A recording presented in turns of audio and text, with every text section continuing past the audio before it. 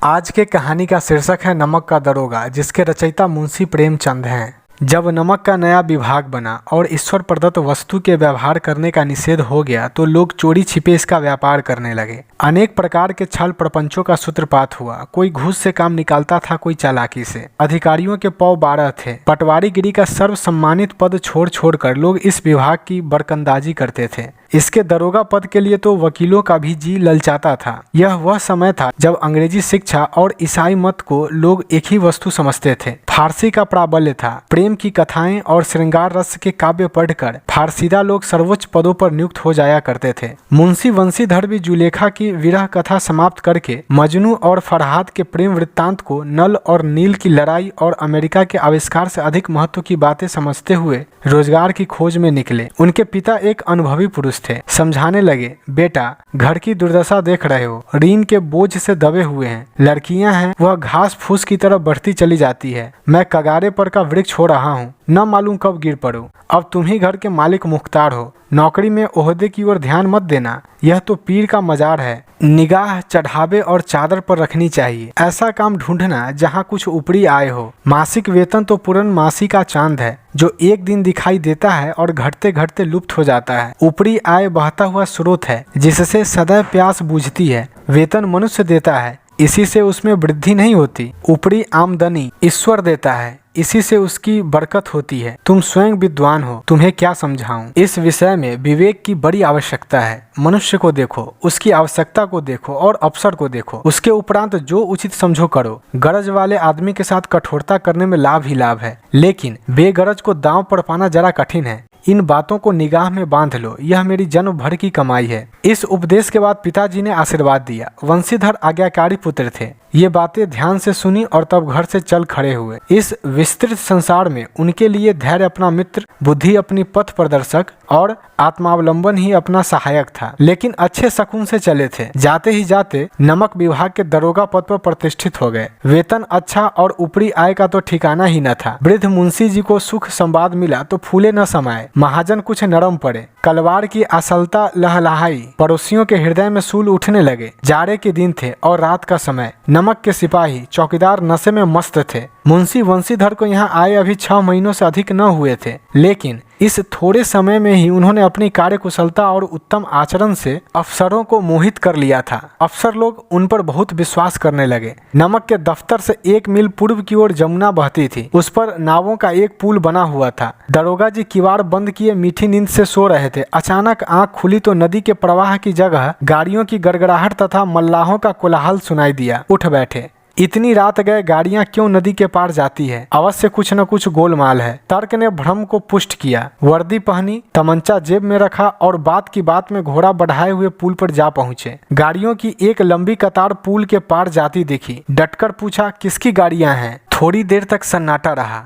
आदमियों में कुछ कानाफूसी हुई। तब आगे वाले ने कहा, पंडित अलोपीदीन की। दरोगा जी ने पूछा, कौन पंडित अलोपीदीन? उस आदमी ने जवाब दिया, दातागंज के। मुंशी वंशीधर चौंके। पंडित अलोपीदीन इस इलाके के सबसे प्रतिष्ठित जमींदार थे। लाखों रुपए का लेन देन करते थे। इधर छोटे से बड़े कौन ऐसे थे जो उनके ऋणी न हो। व्यापार भी बड़ा लंबा चौड़ा था। बड़े चलते पुर्जे आदमी थे। अंग्रेज अफसर उनके इलाके में शिकार खेलने आते और उनके मेहमान होते। 12 मास सदा व्रत चलता था। मुंशी जी ने पूछा, गाड़ियां कहाँ जाएगी? उत्तर मिला, कानपुर। लेकिन इस प्रश्न पर कि इनमें क्या है, सन्नाटा छा गया। दरोगा साहब का संदेह और भी बढ़ा। कुछ देर तक उत्तर की बाट देखकर वह जोर से बोले, क्या तुम सब गूंगे हो गए हो? हम पूछते हैं इसमें क्या लदा है? जब इस बार भी कोई उत्तर न मिला तो उन्होंने घोड़े को एक गाड़ी से मिलाकर बोरे को टटोला। भ्रम दूर हो गया। यह नमक के ढेले थे। पंडित अलोपीदीन अपने सजीले रथ पर सवार कुछ सोते कुछ जागते चले आते थे। अचानक कई गाड़ी वालों ने घबराए हुए आकर जगाया और बोला,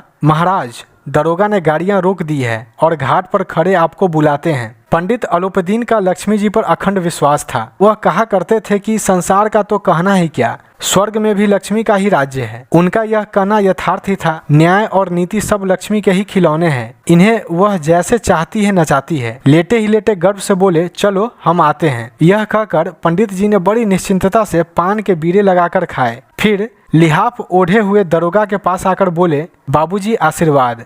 कहिए, हमसे ऐसा कौन सा अपराध हुआ कि गाड़ियां रोक दी गई? हम ब्राह्मणों पर तो आपकी कृपा दृष्टि रहनी चाहिए। वंशीधर रुखाई से बोले, सरकारी हुक्म। पंडित अलोपीदीन ने हंसकर कहा, हम सरकारी हुक्म को नहीं जानते और न सरकार को। हमारे सरकार तो आप ही हैं। हमारा और आपका तो घर का मामला है। हम कभी आपसे बाहर हो सकते हैं? आपने व्यर्थ का कष्ट उठाया। यह हो नहीं सकता कि इधर से जाएं और इस घाट के देवता को भेंट न चढ़ावें। मैं तो आपकी सेवा में स्वयं ही आ रहा था। वंशीधर पर ऐश्वर्य की मोहिनी वंशी का कुछ प्रभाव न हुआ। ईमानदारी की नई उमंग थी। कड़क कर बोले, हम उन नमक हरामों में नहीं है जो कौड़ियों पर अपना ईमान बेचते फिरते हैं। आप इस समय हिरासत में हैं। आपका कायदे के अनुसार चलना होगा। बस मुझे अधिक बातों की फुर्सत नहीं है। जामादार बदलू सिंह, तुम इन्हें हिरासत में ले चलो, मैं हुक्म देता हूँ। पंडित अलोपीदीन स्तंभित हो गए। गाड़ीवानों में हलचल मच गई। पंडित जी के जीवन में कदाचित यह पहला ही अवसर था कि पंडित जी को यह ऐसी कठोर बातें सुननी पड़ी। बदलू सिंह आगे बढ़ा, किंतु रोब के मारे यह साहस न हुआ कि उनका हाथ पकड़ सके। पंडित जी ने धर्म को धन का ऐसा निरादर करते कभी न देखा था। विचार किया, यह अभी उदंड लड़का है, माया मोह के जाल में अभी नहीं पड़ा है, अल्हड़ है, झिझकता है। बहुत दीन भाव से बोले, बाबू साहब ऐसा न कीजिए, हम मिट जाएंगे, इज्जत धूल में मिल जाएगी। हमारा अपमान करने से आपके हाथ क्या आएगा? हम किसी तरह आपसे बाहर थोड़े ही हैं। वंशीधर ने कठोर स्वर में कहा, हम ऐसी बातें नहीं सुनना चाहते। अलोपीदीन ने जिस सहारे को चट्टान समझ रखा था वह पैरों के नीचे खिसकता हुआ मालूम हुआ। स्वाभिमान और धन ऐश्वर्य को कड़ी चोट लगी, किंतु अभी तक धन की सांख्यिक शक्ति का पूरा भरोसा था। अपने मुख्तार से बोले, लाला जी 1000 के नोट बाबू साहब को भेंट करो। आप इस समय भूखे सिंह हो रहे हैं। वंशीधर ने गर्म होकर कहा, 1000 नहीं, 1,00,000 भी मुझे सच्चे मार्ग से नहीं हटा सकते। धर्म की इस बुद्धिहीन दृढ़ता और देव दुर्लभ त्याग पर मन बहुत झुंझलाया। अब दोनों शक्तियों में संग्राम होने लगा। धन ने उछल उछल कर आक्रमण करने शुरू किए। 1 से 5, 5 से 10, 10 से 15 और 15 से 20,000 तक नौबत पहुंची, किंतु धर्म अलौकिक वीरता के साथ इस बहुसंख्यक सेना के सम्मुख अकेला पर्वत की भांति अटल अविचलित खड़ा था। अलोपीदीन निराश होकर बोले, अब इससे अधिक मेरी साहस नहीं, आगे आपको अधिकार है। वंशीधर ने अपने जमादार को ललकारा। बदलू सिंह मन में दरोगा जी को गालियां देता हुआ पंडित अलोपीदीन की ओर बढ़ा। पंडित घबराकर 2-3 कदम पीछे हट गए। अत्यंत दीनता से बोले, बाबू साहब ईश्वर के लिए मुझ पर दया कीजिए, मैं 25,000 पर निपटारा करने को तैयार हूँ। मुंशी जी बोले, असंभव बात है। पंडित जी बोले, 30,000 पर?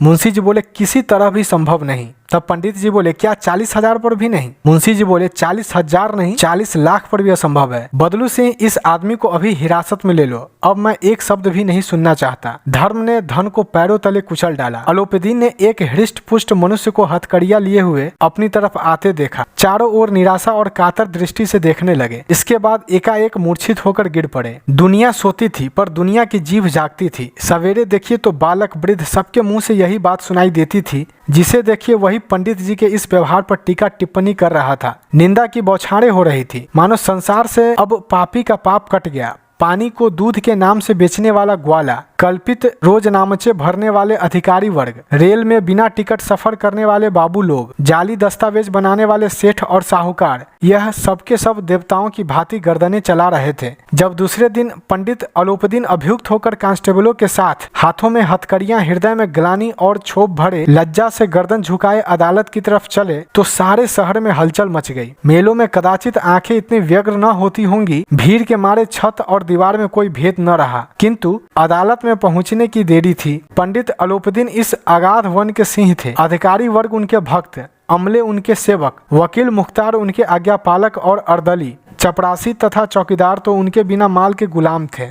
उन्हें देखते ही लोग चारों तरफ से दौड़े। सभी लोग विस्मित हो रहे थे, इसलिए नहीं कि अलोपीदीन ने क्यों यह कर्म किया, बल्कि इसलिए कि वह कानून के पंजे में कैसे आए। ऐसा मनुष्य जिसके पास असाध्य साधन करने वाला धन और अनन्य वाचालता हो, वह क्यों कानून के पंजे में आए। प्रत्येक मनुष्य उनसे सहानुभूति प्रकट करता था। बड़ी तत्परता से इस आक्रमण को रोकने के निमित्त वकीलों की एक सेना तैयार की गई। न्याय के मैदान में धर्म और धन में युद्ध ठन गया। वंशीधर चुपचाप खड़े थे। उनके पास सत्य के सिवा न कोई बल था, न स्पष्ट भाषण के अतिरिक्त कोई शस्त्र। गवाह थे, किंतु लोभ से डवाडोल। यहाँ तक कि मुंशी जी को न्याय भी अपनी ओर से कुछ खींचा हुआ दिख पड़ता था। वह न्याय का दरबार था, परंतु उसके कर्मचारियों पर पक्षपात का नशा छाया हुआ था। किंतु पक्षपात और न्याय का क्या मेल? जहाँ पक्षपात हो वहाँ न्याय की कल्पना भी नहीं की जा सकती। मुकदमा शीघ्र ही समाप्त हो गया। डिप्टी मजिस्ट्रेट ने अपनी तजवीज में लिखा, पंडित अलोपीदीन के विरुद्ध दिए गए प्रमाण निर्मूल और भ्रमात्मक हैं। वह एक बड़े भारी आदमी है। यह बात कल्पना के बाहर है कि उन्होंने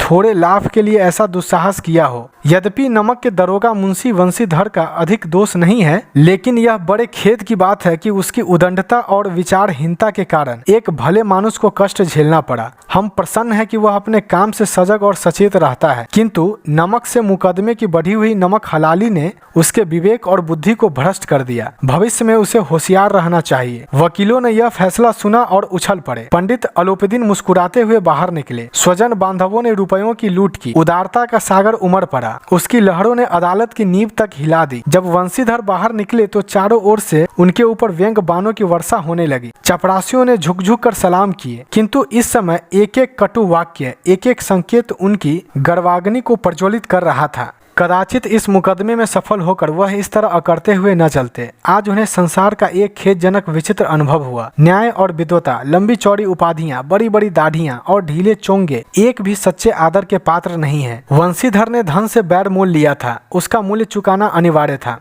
कठिनता से एक सप्ताह बीता होगा कि मुअत्तिल का परवाना आ पहुंचा। कार्य परायणता का दंड मिला। बेचारे भग्न हृदय, शोक और खेत से व्यथित घर को चले। बूढ़े मुंशी जी तो पहले ही से कुड़बुड़ा रहे थे कि चलते चलते इस लड़के को समझाया था, लेकिन इसने एक न सुनी। सब मनमानी करता है। हम तो कलवार और कसाई के तगादे सहे, बुढ़ापे में भगत बनकर बैठे और वहाँ बस वही सुखी तनख्वाह। हमने भी तो नौकरी की है और कोई ओहदेदार नहीं थे, लेकिन काम किया दिल खोल कर किया। और आप ईमानदार बनने चले हैं। घर में चाहे अंधेरा हो, मस्जिद में अवश्य दिया जलाएंगे। खेद ऐसी समझ पर पढ़ना लिखना सब अकारथ गया। इसके थोड़े ही दिनों बाद जब मुंशी वंशीधर इस दुरावस्था में घर पहुंचे और बूढ़े पिताजी ने समाचार सुना तो सिर पीट लिया। बोले, जी चाहता है कि तुम्हारा और अपना सिर फोड़ लूं। बहुत देर तक पछता पछता कर हाथ मलते रहे। क्रोध में कुछ कठोर बातें भी कहीं, और यदि वंशीधर वहां से टल न जाते तो अवश्य ही यह क्रोध विकट रूप धारण करता। वृद्ध माता को भी दुख हुआ। जगन्नाथ और रामेश्वर यात्रा की कामनाएं मिट्टी में मिल गई। पत्नी ने तो कई दिनों तक सीधे मुंह से बात भी नहीं की। इसी प्रकार एक सप्ताह बीत गया। संध्या का समय था। बूढ़े मुंशी जी बैठे राम नाम की माला जप रहे थे। इसी समय उनके द्वार पर सजा हुआ रथ आकर रुका। हरे और गुलाबी पर्दे, पछहिए बैलों की जोड़ी, उनकी गर्दनों में नीले धागे, सिंगे पीतल से जड़ी हुई। कई नौकर लाठियां कंधों पर रखे साथ थे। मुंशी जी अगवानी को दौड़े। देखा तो पंडित अलोपीदीन है। झुककर दंडवत की और लल्लू चप्पू की बातें करने लगे। हमारा भाग्य उदय हुआ जो आपके चरण इस द्वार पर आए। आप हमारे पूज्य देवता हैं। आपको कौन सा मुंह दिखावे? मुंह में तो कालिख लगी हुई है, किंतु क्या करे, लड़का अभागा कपूत है। नहीं तो आपसे क्यों मुंह छिपाना पड़ता। ईश्वर निसंतान चाहे रखे पर ऐसी संतान न दे। अलोपीदीन ने कहा, नहीं भाई साहब, ऐसा न कहिए। मुंशी जी ने चकित होकर कहा, ऐसी संतान को और क्या कहूँ। अलोपीदीन ने वात्सल्यपूर्ण स्वर में कहा, कुल तिलक और पुरुषों की कीर्ति उज्जवल करने वाले संसार में ऐसे कितने धर्मपरायण मनुष्य हैं जो धर्म पर अपना सब कुछ अर्पण कर सकें। पंडित अलोपीदीन ने वंशीधर से कहा, दरोगा जी, इसे खुशामद न समझिए। खुशामद करने के लिए मुझे इतना कष्ट उठाने की जरूरत न थी। उस रात को आपने अपने अधिकार बल से मुझे अपनी हिरासत में लिया था, किंतु आज मैं स्वेच्छा से आपकी हिरासत में हूँ। मैंने हजारों रईस और अमीर देखे, हजारों उच्च पदाधिकारियों से काम पड़ा, किंतु मुझे परास्त किया तो आपने। मैंने सबको अपना और अपने धन का गुलाम बनाकर छोड़ दिया। मुझे आज्ञा दीजिए कि आपसे कुछ विनय करूं। वंशीधर ने अलोपीदीन को आते देखा तो उठकर सत्कार किया, किंतु स्वाभिमान सहित। समझ गया कि यह महाशय मुझे लज्जित करने और जलाने आए हैं। क्षमा प्रार्थना कर चेष्टा नहीं की, वरन उन्हें अपने पिता की यह ठकुर सुहाती की बात असह्य सी प्रतीत हुई। पर पंडित जी की बातें सुनी तो मन की मैल मिट गई। पंडित जी की ओर उड़ती हुई दृष्टि से देखा, सद्भाव झलक रहा था। गर्व से अब लज्जा के सामने सिर झुका दिया। शर्माते हुए बोले, यह आपकी उदारता है जो ऐसा कहते हैं। मुझसे जो कुछ अविनय हुई उसे क्षमा कीजिए। मैं धर्म की बेड़ी में जकड़ा हुआ था, नहीं तो वैसे मैं आपका दास हूँ। जो आज्ञा होगी वह मेरे सिर माथे पर। अलोपीदीन ने विनीत भाव से कहा, नदी तट पर आपने मेरी प्रार्थना नहीं स्वीकार की थी, किंतु आज स्वीकार करनी पड़ेगी।